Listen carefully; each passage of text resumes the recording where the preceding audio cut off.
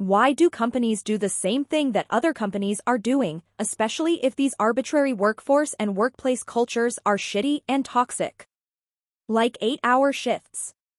First of all, the FLSA does not describe full-time and part-time employment as a certain number of hours. It just states that if you work over 40 hours, you now get overtime, generally. And no law requires employers to provide benefits. They just make sure once benefits are applied, that they're applied equally. Meaning, companies providing benefits to quote full-time workers is a standard or a culture, not a law. So, that means companies can provide benefits to quote part-time workers, too. They just choose not to.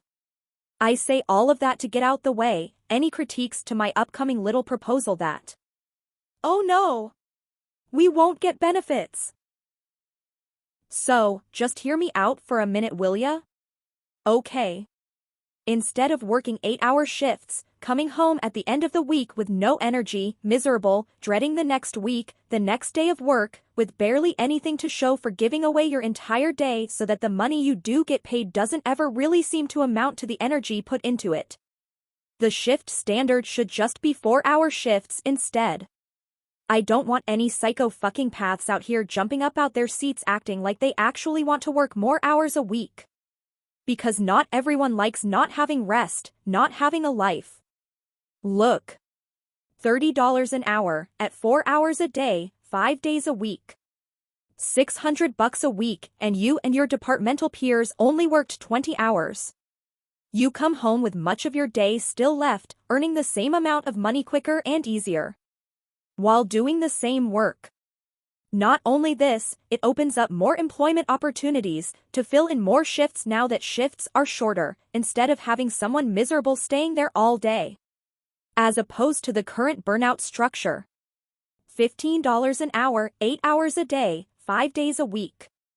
Same amount of money, shittier health, shittier mood, shittier service, shittier company, shittier community, shittier economy, shittier country, shittier world.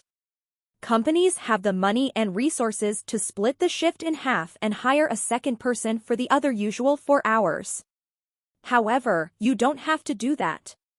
Customers only patronize a business that is open. If the hours of operation are culturally a certain amount of hours a day in a community, they'll fucking deal with it.